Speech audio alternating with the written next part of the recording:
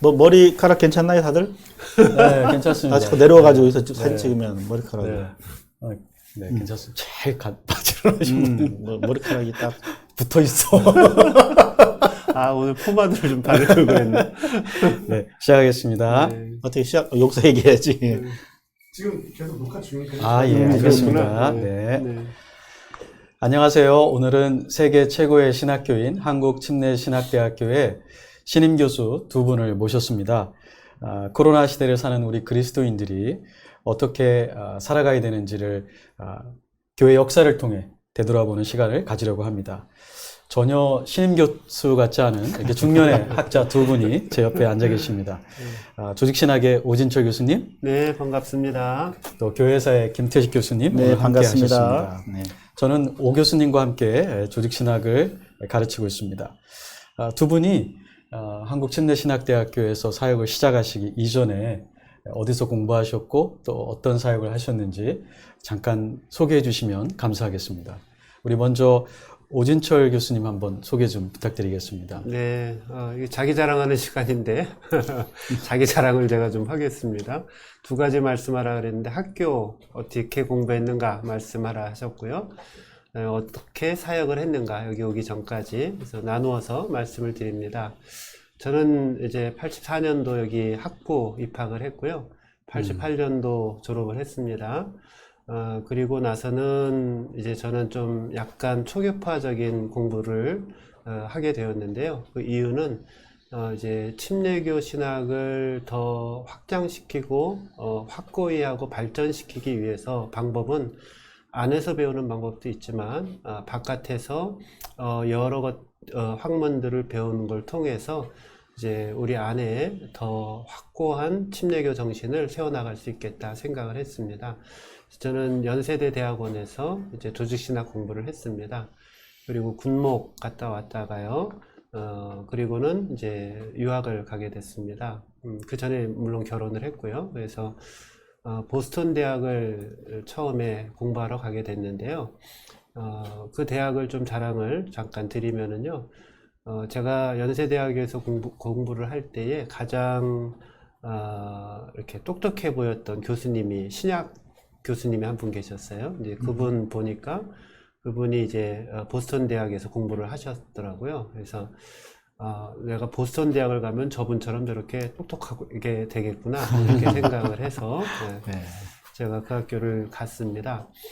또 다른 이유 하나가 있다면 이제 제가 공부하다가 알게 됐는데 그 보스턴 대학의 침례교의 아주 위대한 정신인 마틴 루터 킹 주니어 목사가 이제 그 대학에서 박사 공부를 하고 그 학교에 이제 마틴 루터 킹 주니어 목사의 정신이 살아 있는 것을 제가 알게 되었습니다. 이제 침례교인으로서 또 침례교 목회자로서 그 마틴 루터 킹 주니어의 유산을 좀 배우고자 하는 그런 생각이 있어서 그 학교를 가서 공부하게 되었습니다. 마치고 나서는 클레어몬트 대학에서 이제 박사 공부를 하게 됐는데요. 제가 그 학교에서 참 많이 공부를 하고 또 열심히 배웠다, 좋은 공부를 했다라는 생각이 듭니다. 2006년도에 한국에 공부를 마치고 귀국을 했습니다. 그래서 서울 침례교회가 이제 저의 교회 모교회인데요. 그 교회 이제 담임 목회직을 청명받아서 목회를 하게 됐고요. 부지런히 열심히 하고 이제 5년 한 후에 이제 사임을 한 다음에 하나님이 저에게 교회 개척할 수 있는 기회도 주시고 또 감리교신학대학교나 무슨 서울기독대학교나 우리 학교나 에서 등에서 가르칠 수 있는 기회도 주시고 하셔서 이렇게 목회와 가르침을 병행하다가 이제 지난 3월에 학교 부름을 받아서 여러분들을 섬기고 또 침례교단을 섬길 수 있는 기회를 받게 되었습니다. 네, 우리 김태식 교수님 한번 소개 좀 부탁드리겠습니다. 저는 3대째 침례교 집안에서 자랐습니다. 네. 저희 그 친가나 외가나 처가가 네. 다 이제 침례교 집안이었고요.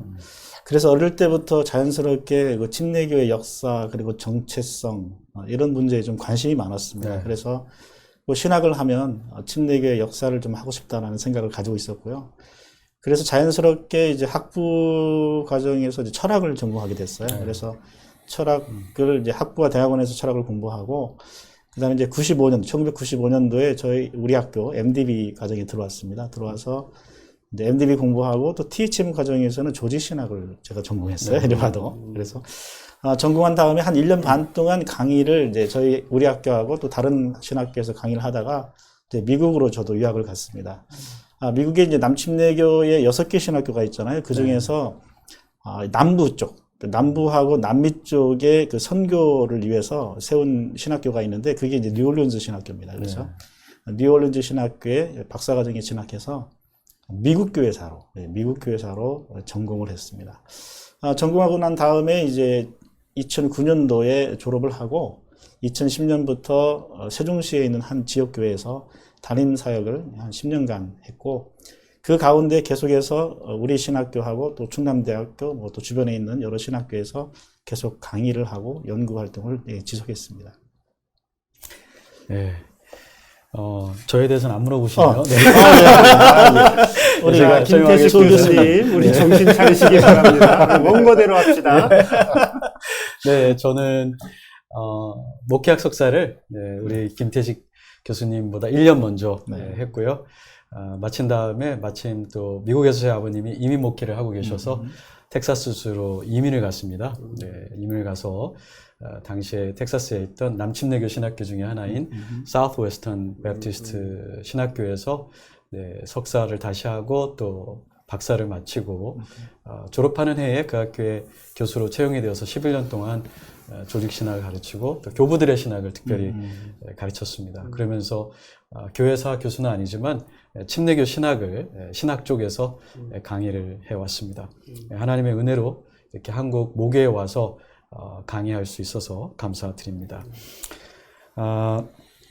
이 코로나 이 감염병의 위기 속에서 한국 교회의 미래를 걱정하는 분들이 상당히 많이 계십니다. 두 분 교수님들의 생각은 어떠신지 듣고 싶고요. 오 교수님이 먼저 한번 현 상황에 대해서, 위기에 대해서 어떻게 진단하시는지 말씀해 주시면 감사하겠습니다. 네, 좋은 질문이십니다. 네. 그 답 드리기 전에 우리 세 분 교수님들이 공통점이 좀 있는 것 같습니다. 조직신학 공부도 같이 하셨고, 또 이렇게 기독교 교리를 세워가는 일에, 특별히 침례교 기독교 교리를 세워가는 일에 특별한 사명감을 느끼고 있다라는 점에서는 참 든든한 마음이 듭니다. 그리고 또 특별히 저도 그렇고 또 이 두 분 교수님들도 그렇고 우리 코로나 시대 때 교회의 모습이 어때야 하는가 하는 부분에 대해서 우리가 굉장히 관심이 많고 또 연구도 많이 하고 있습니다. 저도 이 부분에 대해서 지난해 책을 냈고요. 또 김태식 교수님이 오늘 이제 주로 발표를 하게 되는데요. 오늘 말씀하시는 이 내용들을 연구를 오랫동안 하셨고, 사실 저는 깍두기입니다 오늘. 그래서 거의 이 치어리더 수준으로 이렇게 이 분위기를 밝게 만들려고 와 있는 사람이기 때문에 오늘 이 주제에 대한 대화의 중심은 우리 저보다 훨씬 더 유능하시고 또 공부를 많이 하신 우리 김태식 교수님께 바톤을 넘기도록 하겠습니다. 교수님 말씀해 주시죠. 위기는 확실한 것 같아요. 왜냐하면 우리가 기록에 따르면 1995년부터 2005년까지 우리 그 교인수, 우리나라 교인수가 가장 최고로 많이 올라갔을 때인데요. 이때 인원수가 한 1,100만 정도로 이렇게 잡혀 있습니다. 그런데 지금 현재 많은 미래학자들이 우리 한국 기독교를 예측할 때에 2025년, 그러니까 앞으로 하면 4년밖에 안 남았습니다. 2025년이 되면은 교인 수가 60만이나 그 밑으로, 그러니까 절반 이하로 떨어지는 거죠. 그래서 줄어든다고 그렇게 보고 있습니다. 상당히 좀 비관적인 그런 전망이라고 할 수가 있죠. 그렇게 심각하게 위험한 상황인가요? 그렇죠. 모든 사람이 지금 다 동의하는 것이고요. 하지만 제가 기독교 역사 전공자로서 볼 때는 그렇게 비관적인 것은 아니다. 그러니까 비관적일 수만 없다라고 저는 생각을 합니다. 왜냐하면 최근에 이 코로나 바이러스가 그 위기 상황이 되면서 전 세계적으로 그 주목받는 한 사람이 있습니다. 이 대학자인데요. 이분은 바로 이제 미국 종교 사회학자입니다. 로드니 스타크라는 사람인데, 그분은 이제 주요 관심 영역이 어떻게 초기 기독교 공동체는 조그마한 분파로 시작했는데, 로마 제국 전체를 아우르는 그런 국교가 되었는지를 연구한 그런 사람이었어요. 제가 귀국을 하고 난 다음에 이분의 사상을 본격적으로 소개하고 알린 사람으로 굉장히 기쁘게 생각은 합니다. 네. 로드니 스타크라고 말씀을 해주셨는데, 제가 데니스 로드만을 익히 알고 있는데, 이 로드니 스타크 제가 처음 들어봤습니다. 제가 가방끈이 짧아가지고서, 제가 그분은 잘 알지 못하는데, 여기 저한테도 좀 알려주시고, 또 청중들에게도 좀 알려주시면 좋겠습니다. 네. 예, 로드니 스타크 교수님은 신학자가 아닙니다. 그러니까 오 교수님이나 주 교수님이 가방끈이 짧은 게 아니고요. 네. 이분은 원래 신학자가 아니었고 종교 사회학자였습니다. 네. 근데 종교 사회학적인 방법을 가지고 기독교 역사를 연구했어요. 네. 기독교 역사를 연구했고, 이분의 특징은 이제 워싱턴 대학교에서 사회학 교수로 32년간 봉사하셨고, 그리고 남침내교 계열의 베일러 대학교, 텍사스에 아주 유명한 네. 대학 있지 않습니까? 네. 그러니까 남침내교 신학자들이 그러니까 목회자들이 가장 자녀들을 보내고 싶어 하는 그런 대학이 베일러 대학인데, 그 베일러 대학의 석자 교수로 계시는 분이고, 계속해서 이 기독교 역사에 대한 새로운 해석, 이런 것들을 연구하고 계시고 발표하시는 아주 대학자이시죠. 제가 귀국을 하고 나서 이분의 주요 책인 그 미국의 종교 시장에서의 승자와 패자라는 책을 번역을 했습니다. 이 책을 번역하고 나서 뭐 장로교, 감리교 막 상당히 호응이 좋았어요. 네. 한때 잘 나가는 사람이었습니다. 그래서 이제 이분의 사상을 이제 책을 번역했고, 그리고 또 이분의 사상을 계속해서 학회에서 발표를 해서 논문이 또 상당히 네. 많이 제가 발표를 했습니다. 그래서 네. 그 책을 모아서 제가 책을 냈는데, 종교와 선택이라는 책, 네. 종교와 선택, 로드니 스타크의 기독교에 대해서 제가 책도 내기도 했죠. 네. 네. 그 초대 교회가 그런 오늘날과 같은 그런 팬데믹 상황을 거친 적이 있는지, 네네. 네, 그랬다면 또 어떻게 반응했는지 저희가 참 궁금한데, 교회사 전공 교수님으로서 잠깐 소개 좀 해주시면 좋겠습니다. 네. 이 로드니 스타크의 이 핵심은 뭐냐면, 기독교, 위기 속에, 우리가 위기에 있는 기독교가 오히려 성장했다라는 것입니다. 그러니까 오히려 편할 때는 기독교가 성장하지 않고, 굉장히 위기 속에서 기독교는 성장했다라는 것인데요. 예를 들어서 우리가 AD 한 40년경에, 네. 그때는 로마 제국 전체 중에서 기독교인 인구가 불과 0.0017%밖에 안 됩니다. 네. 굉장히 작은 거죠. 작죠. 그런데 이게 이제 150년이 지나고 350년이 되면은 56.5%. 네. 그러니까 거의 절반 이상이 기독교인이 됐어요. 근데 문제는 어떻게 해서 이렇게 기독교가 성장했는가 하는 것인데, 그렇죠. 이제 초창기에 교회나 모든 신자들이 이제 질병이 닥쳤을 때, 전염병이 닥쳤을 때에, 이것은 하나님의 징벌이다. 당신이 죄를 잘못했기 때문에 이게 형벌이 온 게 아닌가, 이렇게 다 해석했습니다. 네. 이러한 것은 이제 이방인의 사제들도 역시 마찬가지로 그렇게 생각을 했고요. 하지만 이제 기독교가 다른 점은 질병이나 전염병이 왔을 때에 이 고통당하는 사람들을 비난하지 아니하고 모른 채 하지 않았다는 것이죠. 네. 그래서 오히려 적극적으로 자기 목숨을 걸고 그들을 돌봤다. 이것에서 기독교가 성장하는 큰 원인이 되었다. 이렇게 진단하고 근데 있습니다. 거기서 갑작스럽게 한번 질문을 좀 드려보면은요. 그러니까 초기 기독교가 로마 사회에서 적었다. 그거는 이제 우리가 알고 있고, 그다음에 이제 300년대 말, 70년, 80년 이 정도쯤 되면은 기독교가 로마 사회에서 국가 종교로 바뀌게 되는 그런 일들이 생기게 되잖아요. 네네. 그래서 이제 물론 이제 교수님이 설명을 잘 해주셨는데, 이제 저 같은 초심자가 이렇게 딱 듣기에는 그때 그냥 그거 나라에서 자 우리 기독교 저기 국가 종교로 만들어 니네들 이제 다 믿어 이렇게 해서 갑자기 늘어나지 않았겠는가, 이런 어떤 생각을 좀 해보게 됩니다. 그래서 이 부분 어떻게 설명을 해주실 수 있는지. 물론 기독교가 이제 그 공식 종교로 인정된 것은 이제 325년경으로 보고 있고요. 네. 그다음에 이제 로마 제국의 유일한 국교로 된 것이 380년으로 보고 있는데, 근데 그 이전 훨씬 이전에, 그러니까 200년대 이제 기독교가 사실은 굉장히 팽창이 됐어요. 그래서 왜 이렇게 초기에 기독교가 팽창됐는가라고 봤을 때 이 당시에 전염병이 퍼지면 그 사제들 있죠. 이교 사제들은 다 도망갔어요. 다 도망갔는데 왜냐하면 이제 그들이 믿는 신은 너희가 뭐 목숨을 걸고 희생해라, 봉사해라 그런 말을 하지 않았어요. 네. 하지만 예수님께서 우리에게 뭐라고 하셨냐면 마태복음 25장 35절에서 36절에 보면 예수님께서 이런 말씀을 하셨습니다. 제가 한번 읽어드리겠습니다. 내가 줄일 때에 너희가 먹을 것을 주었고 목마를 때에 마시게 하였고 나그네 되었을 때에 영접하였고 헐벗었을 때에 옷을 입혔고 병들었을 때에 돌보았고 옥에 갇혔을 때에 와서 보았느니라. 이런 말씀을 정말 이 그리스도인들이 지켜야 될 명령으로 그렇게 알고 봉사를 했던 것이죠. 네. 교수님, 그렇다면 그 기독교인들이 그런 팬데믹 상황에서 희생적으로 복음을 증거했는데 실제 팬데믹이 로마 사회에 얼마나 큰 영향을 미쳤던 겁니까? 좀 자세히 설명해 주시면 감사하겠습니다. 우리가 그 로마를 방문하면 너무 멋있죠. 네. 건물도 뭐 대리석으로 그리고 여러 가지 동상도 많고 정말 아름다운 그런 도시인데 그러나 불행하게도 초기 기독교 공동체가 있었던 로마 그 사회는 도시는 그렇게 우리가 생각하듯이 아름답지 못했습니다.